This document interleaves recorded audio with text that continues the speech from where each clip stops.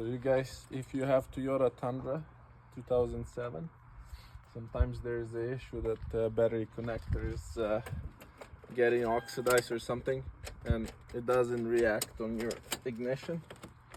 So what you do, open the hood.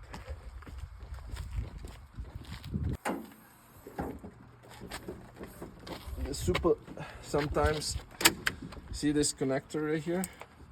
I did put some copper wires here, but for some reason it gets worn out. So I don't know what's going on. Hi. So you got a nail, you got a hammer, put a nail right there, just right there.